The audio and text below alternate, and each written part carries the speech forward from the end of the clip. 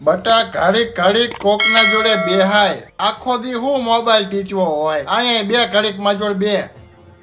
દાદા આપણે કાયમ છ જ રહીશું ને? કેમ છ એટલે? હું, દીદી, મમ્મી, પપ્પા, તમે ને બિલાડી. પણ તારા પપ્પા કૂતરું લાવવાનું કેતા હતા એટલે પછી આપણે સાત થઈ જશું ને. હા પણ કૂતરું આવશે તો કૂતરું તો બિલાડીને ખાઈ જાય છે ને, તો વળી પાસે આપણે છ થઈ જઈશું. તા તો તારા લગ્ન નહીં થઈ જાય. હા પણ પછી તો દીદીના લગ્ન થઈ જાય છે ને, એટલે વળી પાસે આપણે છ થઈ જઈશું. પછી તો તારે છોકરા નહીં થાય એટલે પાછા આપણે સાત થઈ જશું. હા પણ ત્યાં તો તમે ગુજરી નહીં જાઓ. હટ હટ. મોબાઈલ માં રિચાર્જ ઓછું પડે તો મને કહેજે, મારા પેન્શન માં તને કાઢીને દઈ દઈશ. બાકી મોબાઈલ ટીચર રાખ તું. બહુ બેટા પાણી દેજે જરીક. તું મોબાઈલ શેમાં આવ્યો મોટા? ચોરીમાં. અને તું? બેંક લૂંટવામાં.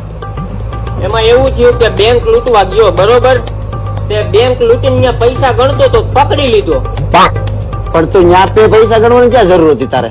અરે ભાઈ એવું નથી, તો ત્યાં કેશ કાઉન્ટર ઉપર લખ્યું હતું કે અહીંયાથી પૈસા ગણીને જાવું, અહીંયાથી નીકળ્યા પછી બેંક ની કાંઈ જવાબદારી નહીં. એમાં જાલી લીધો.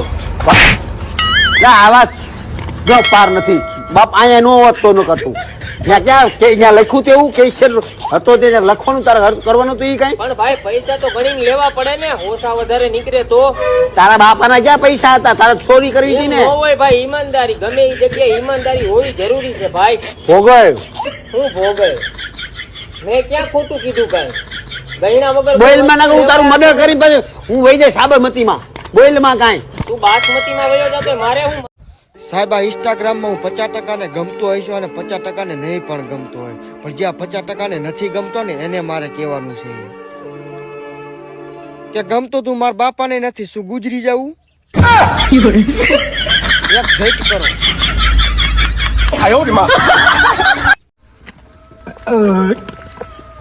મોટા હા ભૂ અહીંયા ભૂત થઈ ગયા. હું તો ભાઈ 20 વર્ષ પેલા તો ગુજરી ગયો.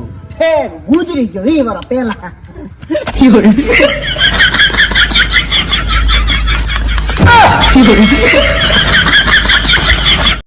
હારો છોકરો હોય તો હવ કે અમારા માસીનો દીકરો છે આ, અને નબળો હોય તો હગા કાકાનો છોકરો હું કે કુટુંબે અમારું કઈ લેનો દેનો નહીં અમારો. એટલે આની ઉપર નક્કી થાય છે કે હારા બનો. એટલે ભાઈ કેમ 4-5 દિવસ નથી બહાર નીકળતો, નથી ખાતો? એટલે ભાઈ ગામમાં દીપડો અડકાયો થયો છે. પણ ખાવાને દીપડાને શું લેવા દેવા? એટલે ખાય તો 2 નંબર બહાર જવું પડે ને. લગભગ દીપડા પેલા તું ભૂખ્યો મરી જવા. ભાઈ હા ધડકી કાઢ્યો. બોલ ને બોલ. તને ખબર મારા બાપા કેવડી મોટી હસ્તી હે? કેવડી? ઈ એની જમાનાની વાત કરું તને, 40 થી 45 વર્ષ પહેલાની વાત. ઓહો, તું તો હોય નહીં કદાચ. હા નહોતો જ નથી. મારા બાપા ભાઈ એવડું ફર્યું મોટું કે આ જુનાગઢ જિલ્લો આખો હે ને એમાં આખે આખો હમાઈ જાય. બોલ. ઓહો, આખો જુનાગઢ જિલ્લો હમાઈ જાય? આખે આખો ફરિયામાં હોય નહીં. અરે હાલા, મારા બાપા કેવડી મોટી હસ્તી હતા ખબર તને? ઈ થોડી ખબર હોય મને. 40-45 વર્ષ પહેલા મારા બાપા ને તારા બાપા મેં હરખાય છે ને. હા, ઈ સમયમાં એની પાસે બસ કેવડી હતી ખબર? ઈ થોડી ખબર હોય. આખા જુનાગઢ ની પબ્લિક એમાં તું ભરી દે ને હા તોય જગ્યા વધે. વિસાવદર થી બોલાવવું પડે ફૂલ કરવા હાટું કાકા. તો તારા બાપા બસ મૂકતા ક્યાં? તારા બાપા ના ફરિયામાં ફેંકવામાં ધ્યાન રાખવું હોય તો એલા. આઈ છે ભાઈ, આઈ ગયા, હું આઈ ગયો. જાઓ. ઉલટા નહીં આવવાના આવા.